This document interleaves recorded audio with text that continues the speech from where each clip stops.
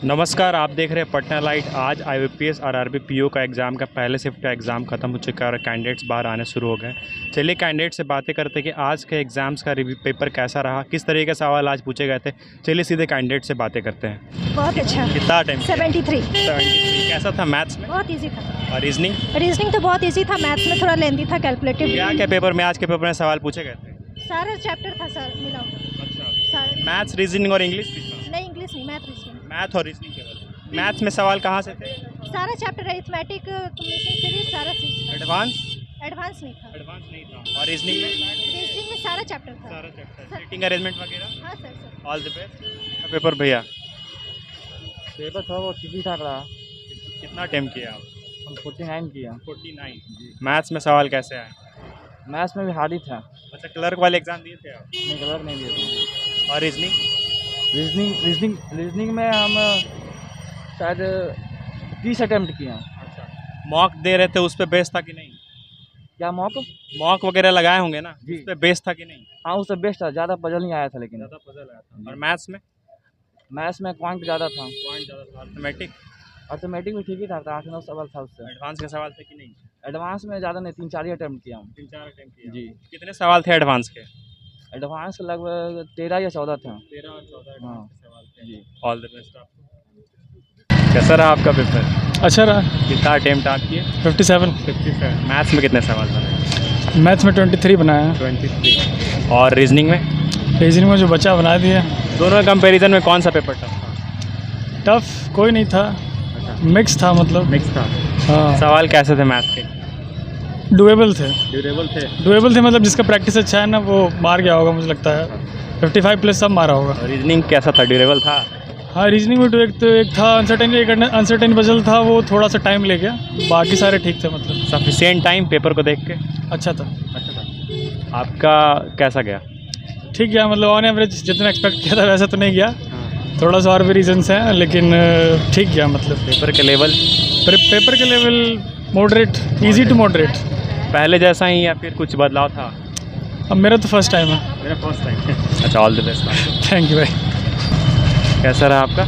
ठीक रहा सर। कितना बना है? सर अटैम्प्ट तो ज़्यादा नहीं हो पाया सर, क्योंकि टाइमिंग लग गया। 42 ही सर अटैम्प्ट हो पाया सर। कितने अटेम्प्ट किए? 42। अच्छा, मैथ्स के सवाल कैसे? मैथ का सर सबसे DI और पजल ज़्यादा DI था sir. 5 number wrong number series था।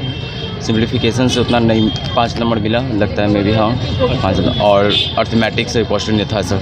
रीजनिंग में सवाल कहाँ? रीजनिंग में सर पजल, सिलॉक्स 5 नंबर का, 5 नंबर का ये, मतलब 3 नंबर का ये ब्लड रिलेशन, और बाकी पजल से सर ये टोटल भरे। कौन ज़्यादा टफ लगा, मैथ्स या रीजनिंग?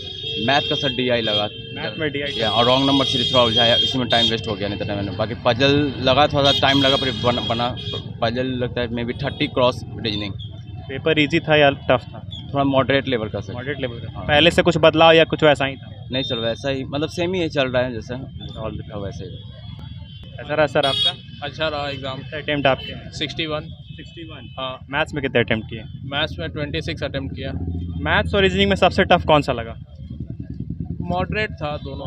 हाँ अच्छा, इससे पहले आप पीओ का एग्ज़ाम दिए हैं आरआरबी का? जी, दिया। हाँ, तो उसके कंपैरिजन में आज का पेपर कैसा था? सही था, अच्छा था, पहले से तो बेहतर था। अटेम्प्ट मेरा अच्छा था। अटेम्प्ट पहले से बेहतर हुआ है। अच्छा, पेपर का टफनेस में क्या आया मतलब पहले वाले पेपर से देखे जाए तो? पहले के पेपर में थोड़ा वो टफनेस तो नहीं कर सकते हैं, उससे थोड़ा वो लेवल कम था। थोड़ा वो कम। रीजनिंग के सवाल कहाँ से आए?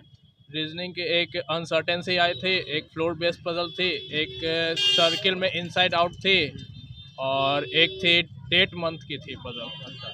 उसके बाद फिर वर्ड फॉर्मेशन, एक वर्ड काउंट, फॉरवर्ड और बैकवर्ड कुछ करके थी। ये थी। ऑल द बेस्ट भैया। Thank you. कैसा रहा पेपर आपका? ठीक ही था। कितना अटेम्प्ट आपने किया? 50। मैथ्स और रीजनिंग में टफ है वो कौन लगा? मैथ। अरे, इससे पहले आप पीओ का पेपर दिए हैं? नहीं। ये पहला था। अच्छा, आरआरबी क्लर्क का पेपर दिए थे कुछ दिन पहले जो हुआ था?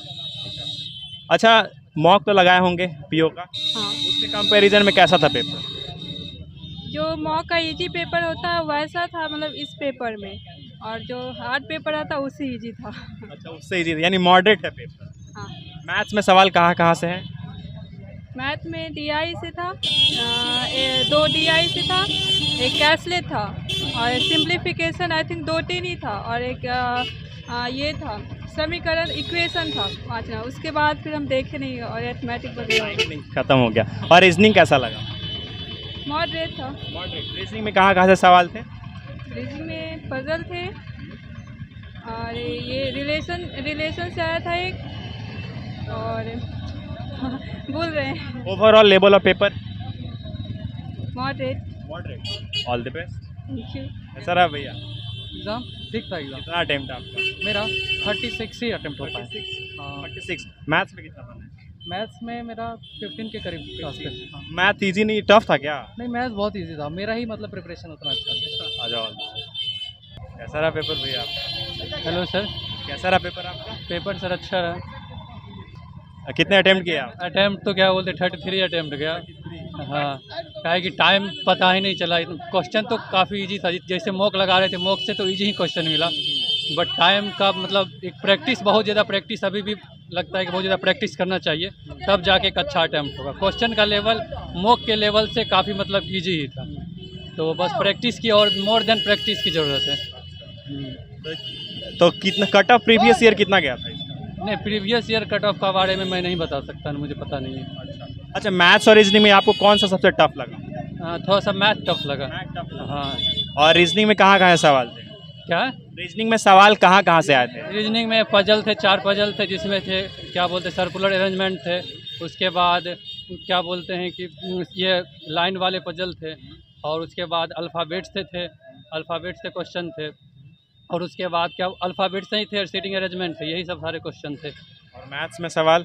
मैथ्स में लगभग क्या बोलते हैं कि 3 DI थे और एक क्या बोलते हैं कैशलेट DI थे, और बाकी नंबर सीरीज, जिसमें नंबर सीरीज में रॉन्ग नंबर सीरीज था और 5 सिंप्लीफिकेशन था, जो ईजी सिंप्लीफिकेशन था। एडवांस के सवाल कैसे थे? एडवांस के सवाल होते नहीं है बैंकिंग में। होते ही नहीं है। एक बंदा बोला 11 सवाल पूछेगा एडवांस। नहीं, एडवांस बैंक में एडवांस पूछे ही नहीं आ जाए, जितने पूछे जाते हैं ओनली अर्थमेटिक, बस अर्थमेटिक, उसमें एडवांस होते ही नहीं होते हैं। ऑल द बेस्ट आपको। Thank you. कैसा गया आपका पेपर?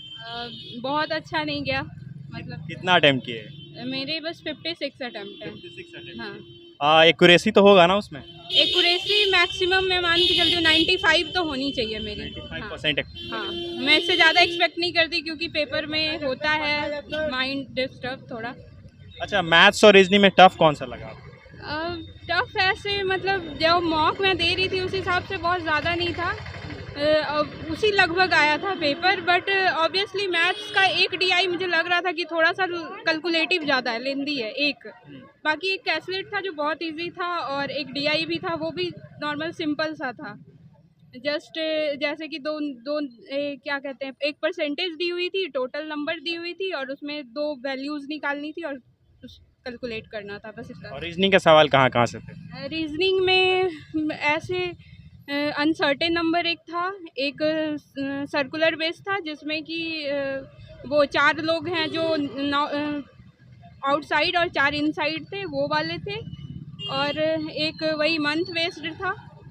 तो इतने ही थे, 3 पजल्स, 3 या 4, एक और था, मतलब 4 टोटल पजल थे। एक स्ट्रेट लाइन वाला था, एक सर्कुलर, एक स्ट्रेट लाइन, एक मंथ बेस्ड और एक अनसर्टेन, यही 4 पजल आए थे। आपके according overall level of the paper? Paper मैं मॉडरेट बोलूँगी, मेरे लिए इजी तो नहीं था, मेरे लिए, अब किसी के लिए हो तो नहीं, बट मेरे हिसाब से मॉडरेट था, इट्स नॉट इजी। आखिरी सवाल आपसे, पॉसिबिलिटी ऑफ कट ऑफ क्या रहेगा? पॉसिबिलिटी वही जो जाता है, मेरे हिसाब से 50 प्लस तो नहीं जाना चाहिए, वही 49, 50, 50 जो एज यूजुअल जा रहे वैसे? हाँ, वह उससे ज़्यादा नहीं जा सकता। इवन मेरे हिसाब से मुझे लग रहा है कि शायद 1-2 नंबर कम जाए, पर ज़्यादा नहीं जा सकता है। All the best. Thank you. तरीके का आज के एग्ज़ाम का रिव्यू रहा। इसी तरह के अपडेट्स के लिए आप बने रहिए पटना लाइट के साथ और देखते रहिए, और मेक श्योर आप हमारे चैनल को सब्सक्राइब कर दीजिए। Thank you.